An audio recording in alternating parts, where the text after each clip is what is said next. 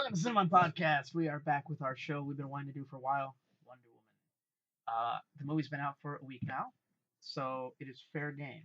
So if you have not seen Wonder Woman yet, subscribe, save this video, save it for later viewing, later listening, because we are going to spoil the shit out of this movie because it's worth spoiling because it's wonderful. And I don't mean that as a pun. Stop smiling about that. Shut up. I'm joined again with Wiki because he is probably the biggest naysayer of the whole DC cinematic universe right now. He liked Man of Steel. He pretty much detests Batman v Superman, even the extended cut. For him, I think Suicide Squad is okay. And he really enjoyed Wonder Woman. I was surprised because I was just in the theater next to him, just like, oh god, he's gonna walk out of this one again. But no, I mean, I was really surprised. Um, First things first. Fuck, man, what a great film this was. I mean, not even just like as like a superhero movie, but even just a good movie, good storytelling. I like the way it was shot. I like the atmosphere of it. I love the innocence of Wonder Woman that they at least portray. They've taken a lot from the New 52 and from the Wonder Woman animated film from 2009 as far as Diana's origin and history of Themyscira, the island of the Amazons, as blessed by the gods. So Wonder Woman is basically the story of an Amazon princess who comes to man's world seeking to help them, but ultimately finding just how backwards and dark our world really is, and trying to bring compassion and love into that world. I had the When I first saw the film, I got the opportunity to see it at a screening a few days before it came out.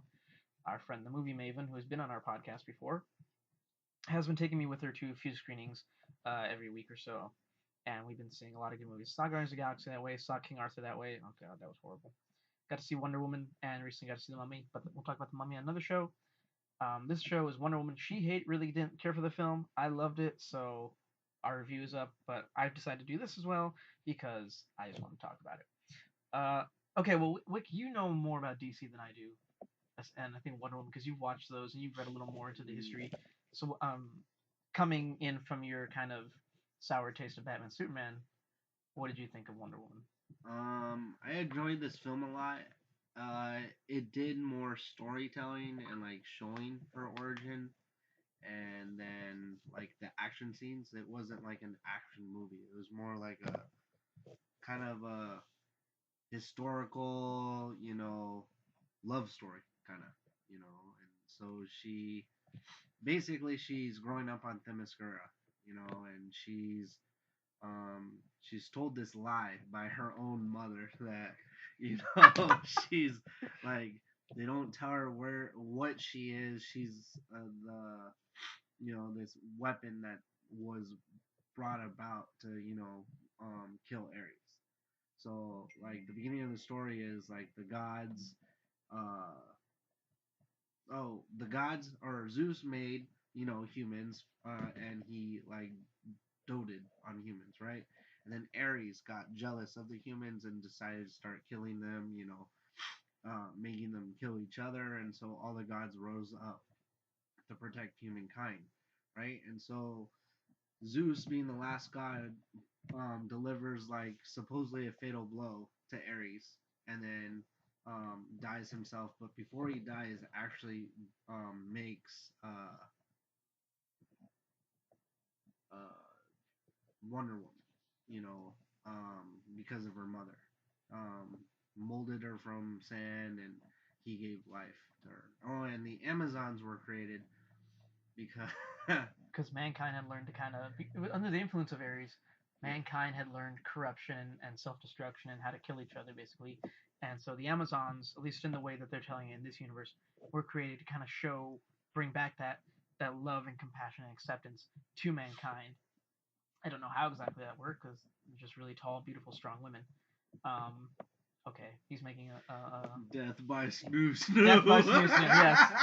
For you Futurama fans, you know exactly what that is. Death by Snoo Snoo. um, yeah, and then it progresses into her growing up with this huge lie being told her, not allowing her, you know, her mom doesn't want her to learn how to fight, Like and basically then forbidden her to learn how to fight and for her herself. aunt, secretly teaches her and then finally her aunt convinces her sister, um, Queen. the queen, to start training her, and that's where the line from the trailer comes on. You're going to train her better than your, 10 Amazonians, 100 Amazonians, better than yourself, you know.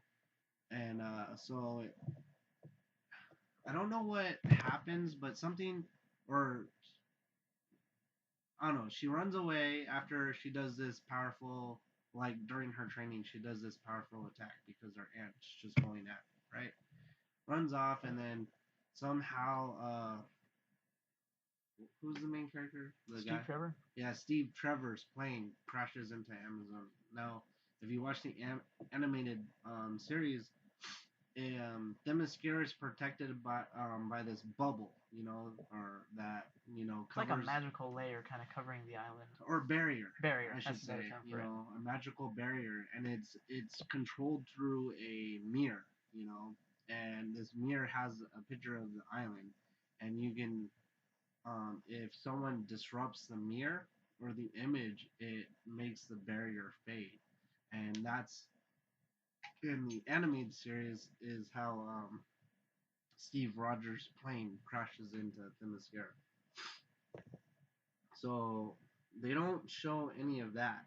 So it just ends up he randomly just flies into it, And it turns out that Steve Trevor is this spy for British intelligence, and he's just coming back from and is being chased by the Germans. Because the Germans are bad. Yeah. In any film that depicts war, Germany is bad. Well, it's because it's Nazi Germany, right? Well, I don't know if it's not Nazi Germany because it's World War One, but it's still Oh, Germany is bad. yeah. Yeah, it's set in World War One. I know it was a lot of versions of it. She's always in World War Two, Yeah. but I think they specifically chose World War One because of the brutality, because it was that transition from like warfare on horseback and soldiers literally marching into each other to tactical Aircraft, war and the birth of zeppelins and airplanes and mustard as we're in this film, poisons and Yeah. gases, really brutal. If you actually look at the history of World War One, it was pretty fucking gruesome. It was nasty, and I think that's why they chose it, because you're gonna show this dark period in history that really everyone's kind of forgotten about, and you're gonna bring in this character, this creature of light in Diana, because who's going to shine in that. World War II was so much worse. World War II is so much worse from an emotional standpoint, but also World War II has been done to death on film. So I think setting up World War, and it also lends credence to her line in Batman Superman of 100 years ago I walked away from the world of man. No. Yeah. Yeah, I guess that's true because they did this really cool writing plot or technique where they start off in the future, right? And then you see her; she's working at the Louvre, The Louvre.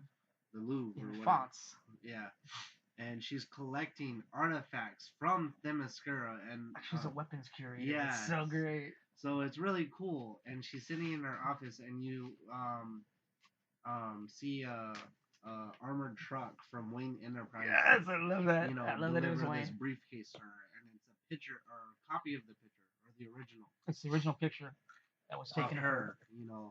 While she was in World War One, and there's a letter of him saying maybe someday you'll be able to tell me your tale.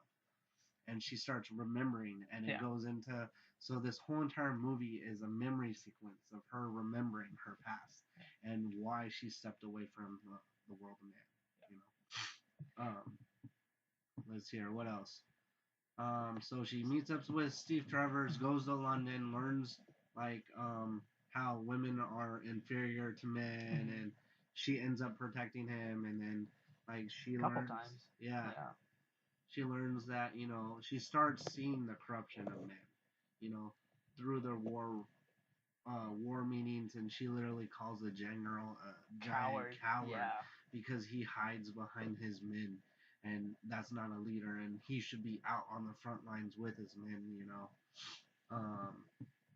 So Steve Trevor gets this crew ragtag team together. Basically, kind of like their version of the Howling Commandos. A little bit. Yeah. Kind of like it's very Captain America First Avenger. Like his period set, and we got this group of kind of throwaway characters who are still characters. I think like you have the character of the chief Yeah. who joins the team a little later, who's kind of like I think what was his name in the comics like Red Chief or something like that, the one who can kind of grow or I forgot his name. He's a DC. He's a DC hero, I believe. Oh yeah. You Oh know the one I'm talking about. yeah. Yeah, I The think that's really racist and sensual, like where racially insensitive one. Yeah, that one. DC probably wants that history to disappear, Right. where it's just a red guy that grows. I forgot the character name, but yeah. Then they got a French guy who's their translator, or I believe. he's supposed to be their I think he's translator the translator. Yeah. because there's this really cool scene where she's testing him Yeah. and is speaking back and forth in Different dialects. Yeah. languages. And she trips him up with like ancient Greek. Yeah, so he speaks French, I think Italians in there. I think Italians, Germans in there. Germans in there. They get to Spanish, Mhm. and then there's I think Arabic too. I think so. Arabic was one, and then she trips him up with Greek. Or no, there was one more, and then she trips him up because he said he only knows six or Yeah. something like that. You know. And then this ragtag team gets funded by I think what's his he name? was one of the military leaders. I think he was like a Senator Yeah. Crowley or something like that. Yeah. Who comes in again at the end of the film. He basically sees the passion of Diana and how much it means to her, and he knows that Steve is going to disobey the high command and do what he needs to do. Which basically Steve's whole job in this film is, as we said earlier, he was a spy. What he did was he stole a chemical book for a character named Dr. Poison. Dr. Poison was going around creating new gases that will basically bypass gas masks and destroy gas masks to be able to kill soldiers, even under the protection of a gas mask. It'll kill them. She working for General Ludendorff or Baron von German in this film. Um, so Steve's whole thing is to get this book with all the information in it to high command on the front line, so they understand what's coming, what they're going to be going up against soon. And he was forbidden by a general, but he's going to do it anyways. And he's bringing Diana. Diana's been wanting to go to the front line. The whole purpose of Diana coming to the main to man's world is she believes that the whole war is started because of Ares. Ares' influence on mankind is corrupting mankind, and thus once she kills Ares, the war will stop. The people will come back to their senses and realize what they're doing is bad, and the war will end. So that's her whole goal in this film is to do that. Her innocence. So Steve agrees. Okay, come with me. If what you're saying is true, you can stop Ares and the war will end. So he promises to take her to the front line. So he's doing that again against high command, against every order he's given. He and his little group of commandos plus Diana are going to the front line. Now the frustration of that for Diana is along the way, she is really getting that deep view of just how bad war is and how corrupt man is. As they're even walking towards a little barge that's going to take them on a kind of a back road into France, she's seeing soldiers come back with limbs missing, just beat to hell, and just all carrying each other, and very kind of Band of Brothers like. And you just feel the kind of pain in her heart of seeing it, of the sacrifice it is and what it really means, what loss really is. So that's part of her naivete and her innocence. That's kind of the heavier part of it. The lighter part of it, which you also get within 2 minutes of around that whole sequence, is the first time she tries ice cream. Now this was it was a great little moment. It's a nod to both the animated film and to the New 52 books from 2012, 2013, when Diana, again coming newly to man's world, she gets to experience something that man has created, something as simple that we take for granted as ice cream, and the whole reaction of it. And she's like, it's wonderful. You should be so proud of what you do. And it's so kind of a little throwaway and almost a little cheesy. It is cheesy, but it's good cheese, and you want to eat more of it, basically. Because in the animated one, she's because she comes to America, and America is in that time where women are it brings in the inferiority of women, right? Mm-hmm. And the inequality, And so she sees this little girl trying to play with little boys, and then she gets turned away, the little girl, and then Diana walks up to her and goes, "Hey, what's wrong?" And, "Oh, they won't let me play pirates. Why not?" "Oh, I have to be the damsel in distress because I'm a girl and I can't be a pirate." And she's like, "Where I come from, I can do whatever. You should do whatever you want too." And so the little girl actually introduced her to ice cream because she was sitting there eating ice cream. And Diana goes, "What's that?" And she's like, "It's ice cream. It's my favorite food ever." And so she walks over to the guy with the ice cream and goes, "I want 2 ice creams, please." And she tastes it and she's like, "This is the greatest thing." Which is anyone's reaction to ice cream. Oh Almost, man. it's pretty much anyone's reaction. So again, as they're making their way towards the front line. Diana is simply just seeing all this suffering and this pain, and she does what any person who feels even the slightest bit of empathy or compassion for another human being does, is she wants to help them. She wants to stop there. She wants to help them. These people are suffering. Their village is burned. We have to help these people, Steve. We have to help them. And the thing that gets frustrating for her, and even a little bit for the audience too, is the whole notion of no, we can't do that. We have to keep going. We have to get to the line. We have to deliver this. But what about these people? You can't save everyone, Diana. And this leads all the way up to the area they call No Man's Land. Now, No Man's Land was a real place during the war, which was about 100 yards of field between um, the British Army and the German Army. There's a literal field of nothing but like wasteland, basically. It was just torn apart by mortar and bullets and bodies and blood. And Diana can't take any more of them ignoring these people. And in this moment, you get a full sense of who she is. You get a full sense of how strong and powerful she is, or at least we're you know going towards that. And you get to see the full costume that you've been wanting to see the whole movie. That you got to see a little bit of in Batman Superman, where she basically drops the cloak she's been wearing, which to hide her thing. Because basically, really, what she's wearing is battle armor, and it covers almost nothing of her. Yeah. And you have to again remember, this is like 1918 in Like Europe, and they have modesty like issues. for video gamers, it's really funny because um, the for females, the battle armor, the heavy armor, and stuff like that, um, for video games is really skimpy. It covers nothing, and you're like, really, this is supposed to protect me, but man, I can see everything. This is actually one of my favorite scenes from the movie because she literally goes, she she's fighting with Steve, going, "No, there's a village right behind them. We have to save him." And he's like, "No, no, no. We have a mission. We have to continue mission. It's impossible across no man's land." And at that, she just stops and goes, "No, we're saving them." And she drops her cloak, climbs up the ladder, Yeah, while Steve's talking to the group, and they finally realize what she's doing, and they're like, "No, stop!" And so you see that like first shot at her, and it's the bullet, and she just knocks it aside with her bracelets, yeah. and freaking. Like if I was that soldier, I've told Vincent this multiple times and other people. If I was that soldier, or if I was a soldier watching that, and I just see a woman in this skimpy armor walk out and we shoot at her and she knocks the bullets aside, I'd go, "You know what? Fuck this. I'm done. I'm out. I'm out. I'm done with this. No, No, no, no, no, no." and it's great. You've seen it in the trailers. You've been hearing about it. If you've heard anything about this film, if by the time you get to this scene in the movie you are not sold on this movie, you're not going to enjoy the rest of it.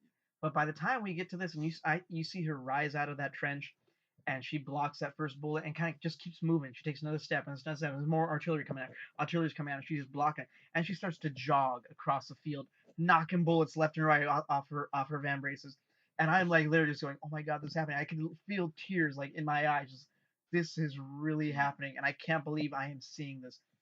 From the standpoint of this is something I've always wanted to see that I never knew I wanted to see in a film, and I'm getting to. And the characters of Steve and the gang are seeing this happen, and they realize She's she's making taking all the artillery. She's a distraction. She's taking all the fire.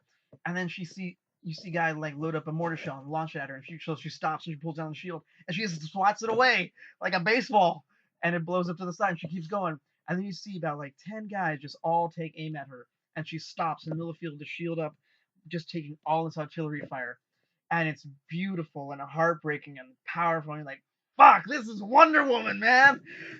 And that's what the guys do too. And so they start going. So they run across because no one's paying attention to them now. They're all eyes are on Diana. So they run across and they take the field and they take that trench. And they move on to the next trench. They start taking out soldiers. And Diana's going with them. And they get into the village of I think it's called Feld. And the next 10 minutes of the film is just her kicking ass, going through building to building, just taking out these soldiers. Her And lasso comes her out. lasso That comes is out, the greatest, and you man. see her break up gun across her back. You're like, oh my god! And throw a tank, yeah, freaking, and then there's a sniper, and they find out the position, and their sniper can't take them out, so she just jumps up there and smashes the whole entire bell don't tower. take out the microphone. Yeah, she takes out a whole a steeple on a church where the sniper's hiding. I mean, she literally she almost levels a church. Um, and I remember sitting in the theater, and there's a shot where all the action kind of slows down really quick, and she sees a soldier, and she runs at him with her shield and knocks him, and the camera goes with her on like a parallel plane out through the building, through the wall, and outside. And I heard someone like across the theater go, "Holy shit!" And I thought it, but I didn't say it. But I was like, "Yeah, holy shit!" It was amazing. And at the end of that, you feel relief and joy, and you're like, "Oh my god, this is amazing." Let's rewind that and see it again because I can't believe what I just saw. From there, the movie just builds, and so it becomes a whole thing again. Diana's still on her mission: kill Ares, stop the war. Kill Ares, stop the war. To where when she finally meets our antagonist, or who we think is our main antagonist, General Ludendorff, when she finally meets him, spoilers, and kills him, she sees that the war doesn't end, and she's wondering why. What happened? How come this doesn't work? How come I killed what I thought was Ares? How come it's not working? Maybe his corruption is deeper. And Steve says, basically, kind of says to her, maybe it's us. Maybe it's not Ares. It's us as people. It's our fault. We did this to ourselves.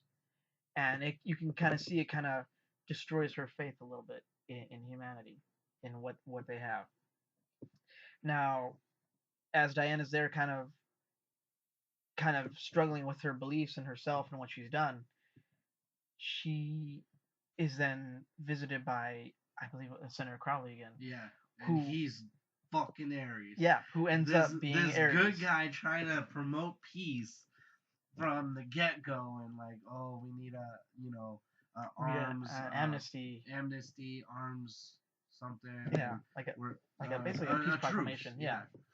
And he's the one starting that, but it's really Ares, like, oh yeah, these fools were never going to go for that, Yeah. we'll just, I just, and it shows him how he manipulates this whole entire war into being, like how he makes it progress too. Oh, I just whisper, little thoughts into their ears, and they go with it. He basically kind of washed his hands of the whole thing in front of Diana by saying, I gave them the ideas. They're the ones who picked up the bullet or pulled the trigger or released the gas. I simply gave them the ideas. They did this to themselves, Diana. They do not deserve you. He knows what Diana is. He knows that Diana is actually a daughter of Zeus and is what they would call the God Killer. Now, Diana, again, as Wick said earlier, was lied to by her people on Themyscira, that by her whole family, yeah, that the God Killer is a sword that can be used to kill a god, if need be, kill Ares. And so when she uses that sword and Ares destroys it, her whole faith in that is kind of shattered, and she can't believe what's happening. Meanwhile, on the ground, while this is going on between Diana and Ares, Dr. Poison is going to release a gas over the whole, I think over the country of France, in a giant plane. And so what Steve and his gang are going to do are going to go confiscate or commandeer the plane and stop it from going off. Now, once they do that, they realize that the gas is on a timer. So even if they keep the plane grounded, it's still going to go off and kill millions of people. So Steve, in his greatest act probably in the whole film, he decides to take the plane and just fly it up in the stratosphere and then ignite it up in the air so it won't kill anyone, it won't harm anyone. But that also means losing Steve Trevor. Um, so he goes to Diana basically with this whole idea of his telling her basically what he's gonna do. He says, "I wish we had more time. I love you," and then he leaves. And so she never has another interaction with him because she can't hear him because a grenade or something went off near her head, so she couldn't hear. She could see him talking, but she couldn't hear anything he said. And you hear her just saying, "What are you saying? What are you saying?" And she doesn't know exactly what he's saying until she sees it happen when his flight ignites midair, and she's completely heartbroken. And in that moment, you get two things. You see the complete loss of her. You see her loss of love, as far as that kind of romantic love that people feel, and you also see her full power come out at the same time because that rage, that passion inside comes out. She It almost feels like a video game cutscene where she just blows through like 20 soldiers just with her hands. Doesn't use a sword, doesn't use a shield, doesn't use a lasso. Just with her bare fist, just plowing. It's almost reminiscent of the Darth Vader hall scene in Rogue One, to where you just can't believe, like, oh my god. Ares is egging her on. Yes, kill them. Yes, kill them. Kill them. They don't deserve you, Diana. Kill them. Join me. We'll destroy them and we'll rebuild the world in the beauty that it was, because they have corrupted it so. And he's trying to fuel her hate, basically, kind of, again, very Darth Vader-ish, the hate consumes you type thing. Give in to your hate, join me on the dark side. And she quite literally rises above him in the air, saying, "No, I choose love, and I choose compassion." And literally with that, she destroys Ares. And it it's good and bad. It's good because we get the end of that conflict. It's bad because I want to see more of Ares in these films. I think it would have been fun. It was really cool when he powered up too, because he creates out of all this scrap metal and a suit of armor, and then the helmet just comes onto his head, and he creates the eye slots with two fingers and just burns it away. Yeah, it was really cool. Oh man. Yeah, it was really cool. I mean, the way they did Ares and the unassuming nature of the actor playing the role is what makes it great. Freaking Professor Lupin from Harry Potter. Yeah. Like that fucking werewolf. So once that happens, I mean, that's basically the end of the film. Obviously, you have the end of the war. Diana goes off with the rest of Steve's gang, sans Steve, who has passed. And then the film fades back into modern time, where it's again back in her office in the Louvre as a curator of ancient weapons. She's still looking at the picture. And that's kind of where the movie ends, with basically her. She says, like, this is my mission, this is my goal for the world, is to save it, to save it. And so that, I think, will lead into Justice League, which comes out later this year. I know you're still apprehensive about that film, despite how good this one was. And right now they are going to reshoots. Right now, we're doing reshoots with Joss Whedon. Yeah, you got a little bit of faith there now, you dick. What did you think of Gal Gadot as Diana? She's hot, man. Aside from that, she did a really good job. Yeah. Because honestly, I thought Wonder Woman saved Batman and Superman. Literally and figuratively, huh? No, literally, it saved that she movie. She literally saved Batman in that film. That is the only reason I like that movie, is because Wonder Woman's in there and she's fighting, and then you get to see her just unleash, and she's just got this smile of happiness and pleasure on her face because she gets to unleash, Yeah. Um, Yeah, she was a highlight in that. She was really the highlight. I mean, the two highlights of the movie were the surprise that people had of how good Affleck's Batman was, and how amazing his Batman, not necessarily his Bruce Wayne, but I think his Batman is the closest to the games and the comics that we've ever gotten. Yes. Like, if you think about around, okay, if you think about I'm still talking about the warehouse scene. Oh, feels just like freaking art. Dude, 9 of those moves were kill moves. When does Batman kill? Well, being as we have the animated series on right now.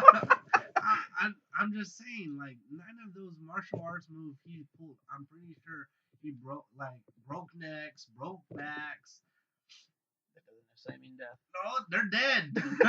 They're dead. But but her appearance as Wonder Woman was probably the highlight of that film. So much so that our entire theater audience just like went up cheering and with great gusto and Because they to the had music that you heard at the beginning of the show. And like that is her theme.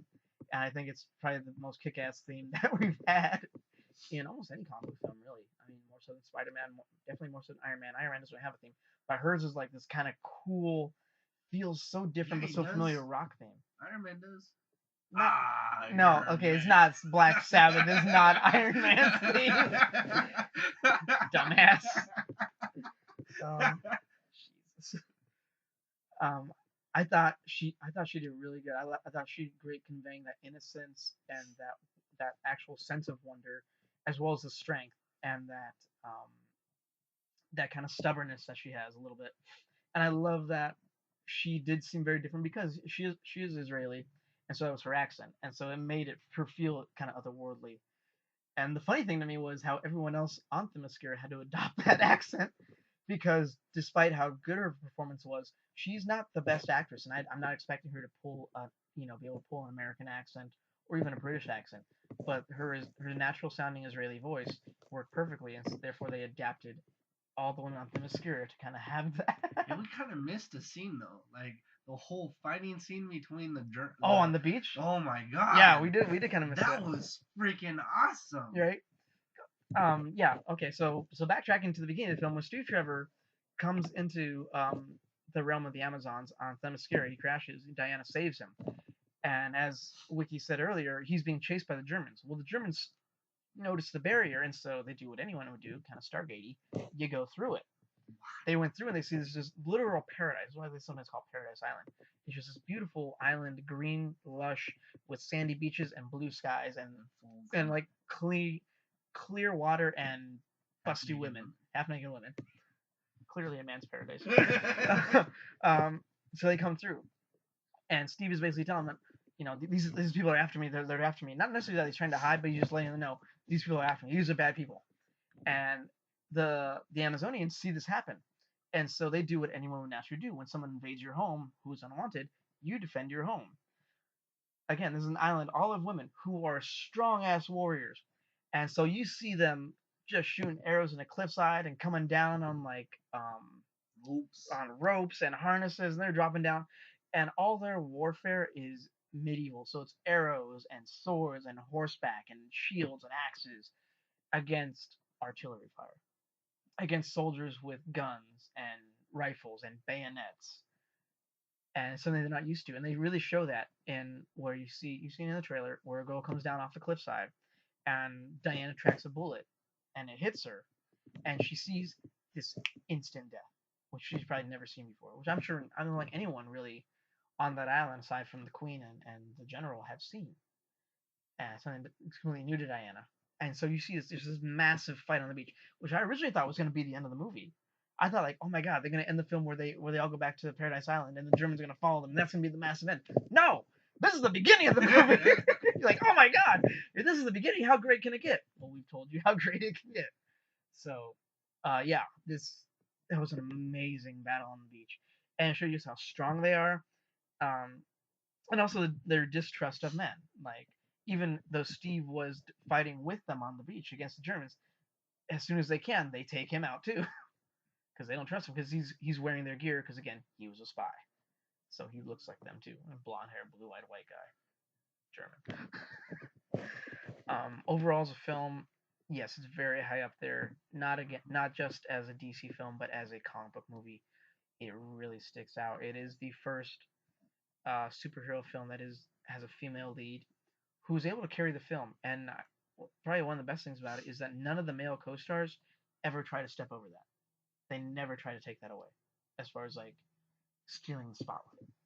They know whose movie it is, and they do their best to support her. And I think the cast around her, because again, Gal Gadot is a good actress. She's not great. I think she's a good actress, but the cast around her elevates her performance to make it look better, and makes it better, and it makes her shine brighter. So that to me was one of the best things about the film. If you could rate it, how would you rate it? Um, I don't know. It really depends on what genre you're putting this under.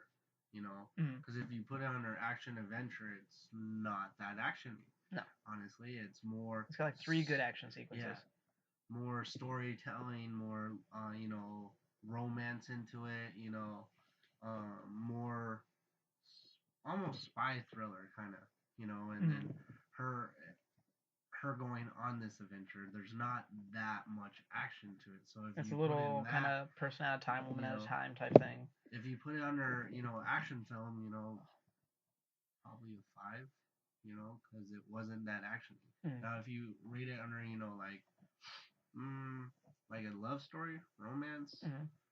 or like a somewhat of a drama too, I guess, like a comic book drama, I Mm. guess, uh, nine, you know, Wow, that's pretty high for you.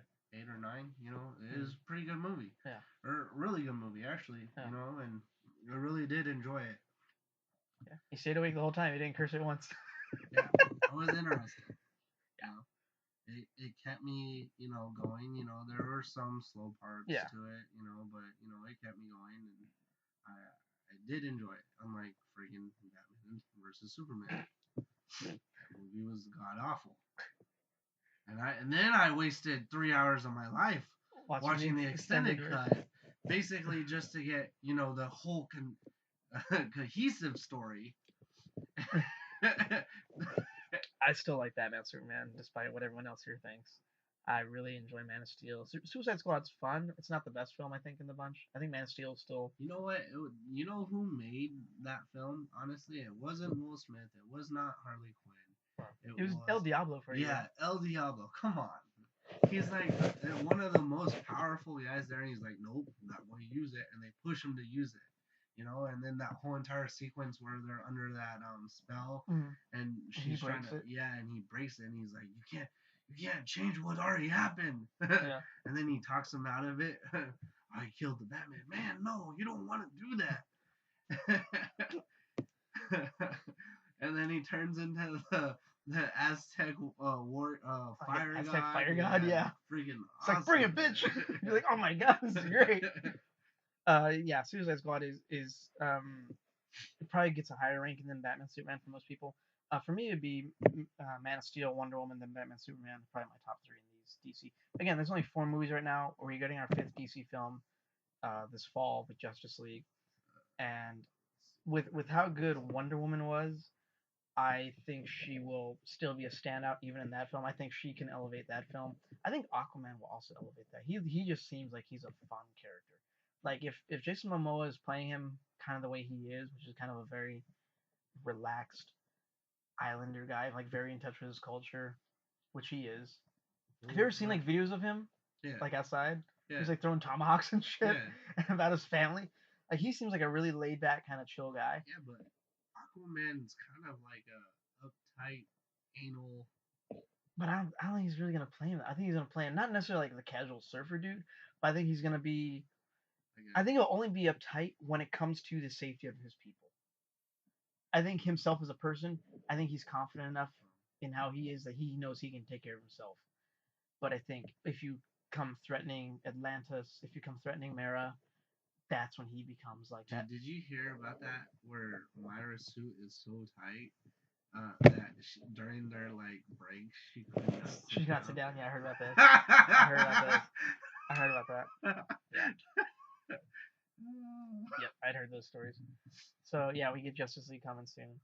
Um, I'm still on the fence I for know. it. I think it's gonna change your perspective. Oh, by the way, whoever does the stupid promotions, man, where's the love for Wonder Woman?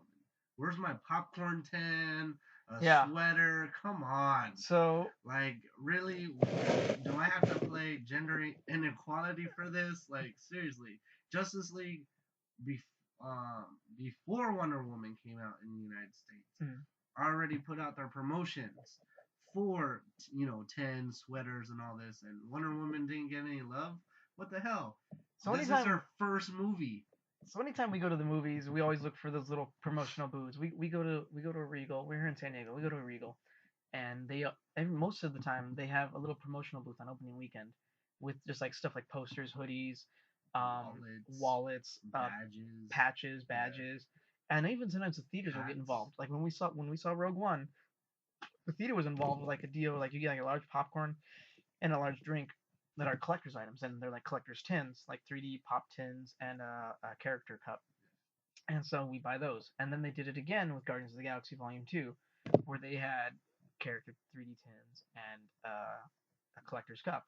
And What was I the got one both those. before that? The one before that I think was Captain I America. think it was Civil War. Captain America Yeah, was Civil we War, didn't get those ones. You got the hoodie, but but there we didn't. wasn't any I don't think there was tins. any tins. No. Yeah, And for Rogue One, yeah, we got hoodies. Speaking of which, what happened to my hoodie? It was in the office for the I longest have time. Okay. I was so nervous, like, where the hell did my hoodie go? I'll kill Richard if he took it. Yeah, and we actually found out these hoodies and stuff that we've been buying. You can't find them. No, anywhere. Like it's really hard to find, and you can't find them in a store. You can't No, go. I can't find my Disneyland. them, Yeah. you know, and it would seem like it'd be one of those type of things you could just easily Yeah. I find. mean, it's clearly just a promotional Promotion item, item. and that's what makes it so Oh cool. man. And so yeah, we've been trying to collect them up. So like we can have different hoodies, and they're cool enough to where they draw attention to it. They're like, where'd you get that? Opening weekend. Where can I get one? Weekend. That's it, man. I don't see them anywhere else. Even the Hot Topic or like Spencer's, Yeah. I don't see them anywhere. So yeah, where's the stuff for Wonder Woman? But really, I remember seeing right before the film came out, there's a lot of complaints about the marketing for this film. Like, there's no stuff for Wonder Woman. There's no posters. Where's all the stuff for it? And as I went looking around at like like Target, Hot Topic, I was looking at billboards. I was seeing a lot. I think part of the issue, at least for me, maybe even for us, is that because we don't have basic cable, we just stream everything. We don't have the thing of advertising really. Like we don't see a lot of advertisement for stuff unless we go out to it. Like I go to my parents' house and I'll watch TV there, and like there's commercial. I'm like, what the hell is this? And I remember that's right. I don't have basic cable at my place. Well, like it's not even just commercials. It's just come on, like you guys could have made like extra dollars. Mm. Like I literally had $300 to freaking spend on sweaters, popcorn tins, and then I walk in with that money. And I was like, oh come on. You're just Like, waiting for it. And... yeah, like this is cool stuff. I figured there would be something. Yeah, for you her would think for this because film this there would is be. her first film ever. Yeah. And it's 76-year-old character. Yeah. And, yeah. Speaking of which, they're actually, I think later this year, there's a film coming out called Professor Masterson and the Wonder Women, which is about William Masterson and his two wives, because he was in a polygamous relationship, who helped him create Wonder Woman. It's a story about him. What? Yeah, it's a biography. Wait, how does the guy that create Wonder Woman is in a polygamous relationship? He was married, and then he had a second wife they had a fully connected kind of 3-person marriage. To the point, and he created Wonder Woman in 1941. That's when she debuted, and he passed away in 1946. And after he passed away, the two women stayed together and raised the family. After he died, they stayed together. Go look it up. Go look it up. No, this is really hard to get my mind around. I know. A guy. Yeah. Who created Wonder Woman. Uh-huh. So Wonder Woman's this symbol of Well, they helped him create it. Like he had a base idea, and they kind of helped him influence as far as what she stood for, things like that. As far as like forming her character, they were part of that. I guess. Go look it up. It's some really neat shit. What the hell? Yeah. He also is the one, in deep trivia for you, who had developed the lie detector machine. Oh yeah, which is why you get the lasso of truth. Yeah. There you go. Some deep cut trivia for you. And he was in a polygamous relationship. Yeah. And later on, after 1946, they stayed married together. And he raised his family after he died. Yeah. Yeah. So they were lesbians? I really don't know. Huh. I wonder how that works. It makes me kind of look at like conservative laws, especially then, back then in the 40s. Like, did they just say, "Oh, we're sisters living together," or like was their marriage based off of like like Big Love, where he was? That's what I was thinking, like Big Love, like where he was with each woman a different night, or they like all like one together. like Parenthood, one giant family all together. Yeah. I really Like don't. they I were really don't know. all attracted to each other. I really don't know. So there you go. There's something for you to look up, and if you look it up before we do, leave in the comment section. Right? But it seems kind of fun. It seems kind of fun. Seems Yeah. like If you'd like to read some of the written reviews I've been doing lately, you can go to moviemaven.homestead.com. They're on there. I have been working with the Movie Maven, who's a local critic on films right now. her biggest complaint, right, was it's because why would she stick her neck out? Because All the people lying to her. all the people Yeah. liked her. But like, wouldn't that be like Superman's thing, where his mother goes, you don't owe them a damn thing. You can be their god, you can be their hero, or you can just be yourself and disappear. You Yeah. don't owe them a damn I thing. kind of think that too. Because his whole entire life, his dad kind of lied to lied to the world About him. Yeah. Maybe I guess I don't know. That'd be an interesting topic to talk about. Like, what's the difference between that? Yeah. Is it just because the father's protecting his son from the world, or because technically that lie, I could see why her mom is lying about her to her, because it's her way of protecting her child, her way of letting Diana have a childhood. Because I think, and you see in the film, she can see in Diana that desire to fight, that desire to be a warrior, and because she knows how everything that Diana is capable of, she sees the danger of it. I think, and how it can hurt her people, and how it can hurt Diana. I think it's the whole reason why she doesn't tell her what she is, who she is really. Well, it's the whole, but it comes out of, I It want comes, to protect yeah, it my comes out of child. that desire of love of protecting your child, yeah.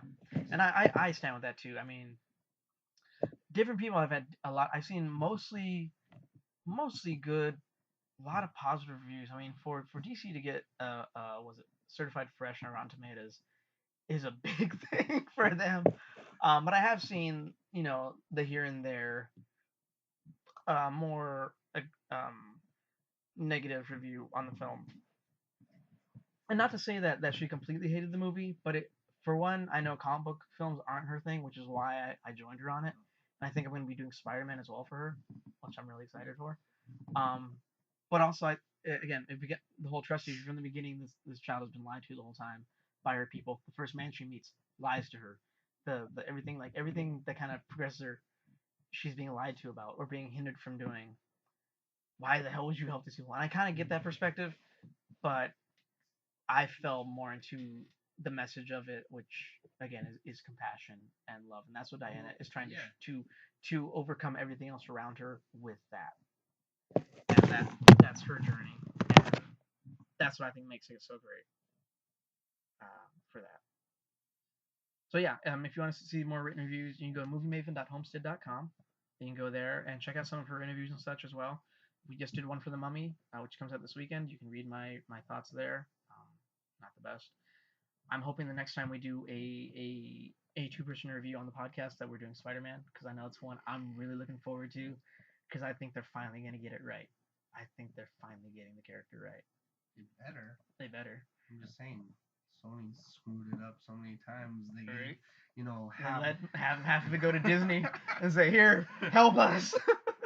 What are we doing wrong? If only Fox could follow suit with Fantastic Four. I think I've said it before on the show. My dream would be to see the Fantastic Four done by Disney, directed by Steven Spielberg, because that's someone who knows a family film and knows how to show family, how to show what's the term, struggle and strife in a family, and as well as how to show unity and how it can heal itself. And I think that's something Fantastic Four really is about. That's why they call it like the first family of superheroes. Yeah. Because they really are. And that's for me. That's a dream cast, dream director for that series. So maybe we'll get closer. I think if Spider-Man Homecoming works out for Disney and Sony, I think other studios that do own separate properties will start to be like, worked for them. Maybe we should cash in right now. Reconsider. Because I mean, really, what's stopping the House of Mouse? Nothing. I mean, they can basically do no wrong. People, eventually the world will just be run by Disney. They'll buy up everything. I remember hearing that Apple was trying to buy Disney. Yeah, for like two.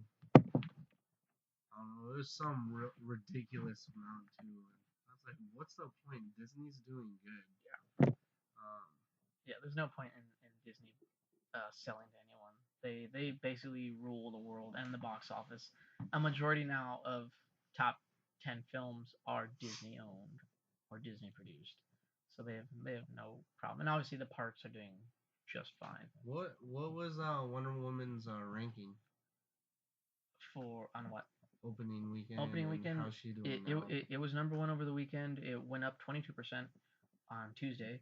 It the estimated uh, incoming gross for its opening weekend was 65 million, and it went up to 103 million opening weekend. So it surpassed Warner Brothers' expectations for that film. So they're just having a ball over there, and be like, yes, yes, more of this, less of everything else, type of thing. So I mean, they got my money, they got our money. Hell, I'll give it to them again. I might go see it again, just for one last time. Yeah. Before I buy the Blu-ray and DVD, which will probably come out in 4 months' time. So this is Was what. there an after scene credit or no? No, there was not. I had heard different things that some people saying that there were, but I'd never seen one. I've seen it a couple times now, and I haven't seen one, and it makes sense because that's one of those damned if you do, damned if you don't type things. Because if they do an after credit scene, immediately the internet trolls will jump on and be like, oh, they're copying Marvel. Oh, just doing DC what Marvel does and Disney, and just copying with credit scenes. But now if they don't do it, how can we not do what Marvel does and not giving us extra credit scenes? See, it's one of those. Yeah. It's just how people are. Well, People it's are just stupid. like I wasn't expecting one, but I had to leave early because I had to drop off my girlfriend at job. Yeah. And, Yeah, no, there wasn't after yeah, credits. But even I was like, just but wondering. like with Suicide Squad, there was. They had that Yeah, little yeah, scene with those Waller and Bruce tying Wayne. it, but I think that was necessary to tie it in with the universe. Oh yeah. Uh, Yeah, because the other ones haven't had that at all. yeah. But it makes sense, like this is her standalone. Maybe like this is her way. They did a couple nods to the universe, but this is her movie. I think that was the direction they were going Yeah, for. I think that makes the strength of it too. It's like that is really just even like if you didn't see Batman Superman, if this was like the first DC film, it still works in the fact that you never actually see any real ties to the rest of the DC universe aside from the Wayne Enterprise truck. That's it. I wonder how this movie ranks for what's that like equality thing that feminists use for women, yeah, like lead female roles Yeah. and stuff like that. I wonder how that works out for that I- because like it has to be a conversation between two women without talking about a man and stuff like Yeah. that. And I think this movie hits all of them. It's a female I don't lead. think it does at all. You don't think so? Uh-uh. It's a female lead. It's a female director. Yeah, but it constantly has her talking to men or her talking to other female about men. You know, Not in the beginning, no. Not until Steve Trevor's introduced, no. well, that story her mom tells Yeah, her. but that has become the whole antithesis. It's more about up until Steve really comes in there, and aside from her telling the history of Ares, I don't know. We'll see. I have to go back and look at it again. Yeah, we have to look up the rules too because there's a lot of them. Yeah, I've heard. For you to It's ridiculous. If you're an expert in this, you should probably make a comment. And Yeah, watch look it the up, movie make a and comment. Let us know Because it is. Yeah, it definitely is one of those things that I forgot about that whole list of. Yeah, like crap. there's a whole it's a whole entire thing. And it's really interesting too to like try to put movies to that test. Yeah. Because it's like these feminist movies are supposed to be for females, but then it's constantly talking about men. Or how men are like the only reason they're living or something like that, which is really like it goes into like a psychology of like inequality and stuff like that, and how like men are supposedly greater than women and stuff like that. But Yeah, I don't know. It's just something interesting. Yeah. Well, we'll find out. So hopefully next time we see you on here, we'll be talking about Spider-Man. Yeah. So that. I wonder if that one probably won't pass that test at all. I'm waiting for, huh? No, not at all. Hell no. Hell no. It's a teenage boy, freaking with superpowers. Yeah. I want to do Star Wars for sure. I'm looking forward to that one. Yeah, that'll be December. That'll be another fun. Thor, yeah, Thor's definitely another one. Would be one. When does Black Panther come out? Next year. Next year. Yeah. Ant-Man and Wasp come out next year. I believe so. Yeah. And then we're on our way to Infinity War. Yeah. What's DC? DC will next year we'll have I believe Flash and Aquaman. Oh, they're standalones. Yeah, they're standalones. Or at least Aquaman. And the Aquaman one right now is said to take place after Justice League. What's he going to do? I have no idea. Swim. I'm just saying, dude. Like, what is he going to do? Because like, it's got to be something in Atlantis, or it's got to be. Well, they're gonna have Black Manta. I know that. Oh yeah. Did you see the picture of them doing the Dark Justice League? I didn't Where see it's got the picture of Black Manta, Lex Luthor, Reverse Flash, you know. No, I did not. So they already have like that idea. Yeah. Being I believe it. And stuff. Why not? And they're also supposed to be doing I think Gotham City Sirens, which is like an all-female villains film. So it'd be Harley Quinn, Poison Ivy, and Catwoman, I think, together. And that could be fun. Could yeah. I'll watch it. I want to see how they do Poison Ivy. Right? Yeah. They can't do any worse than the Batman and Robin. I mean, you can only go up from there. I mean, if you do it the way they do it, kind of in the games, where like it's like a skin thing with her too, where like she's actually like tainted green with like leaves and moss on her, that'd be kind of cool.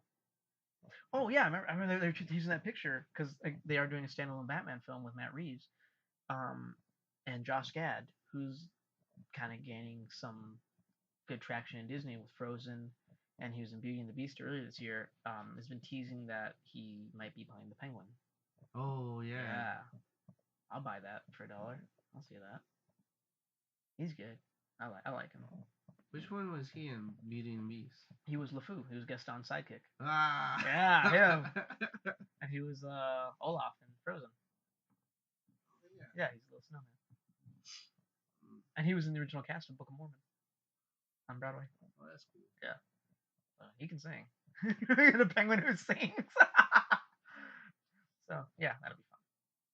Well, that's been our show for the night. If we bored you to death, too bad. I had fun. I think Wick had fun too. Why not? So, yes, go see Wonder Woman. Go spend your hard-earned dollars on this film because it honestly deserves it. Don't buy Batman versus Superman. Shut up. Don't fill your head with that. Don't buy it. Wonder Woman's 100 times better than that piece of crap.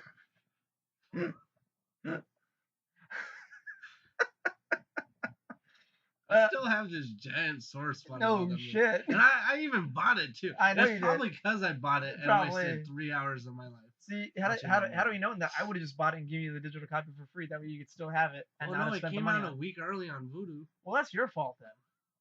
You don't have patience. That's not my fault. That's yours. I remember, yeah, you bought it and we watched it and you fell asleep halfway through and I was still watching it. It's the same movie. I didn't. If you like this video, please subscribe to our page, share with your friends, share with your family, share with your enemies, share with whomever, share with a perfect stranger. Be like, hey, here's a podcast. Click and listen to it. I should do one where it's just me watching Batman versus Superman. Oh God. We could do a 3-hour commentary on that film. I will tell you everything good about this movie. He will bitch the whole time for 3 hours.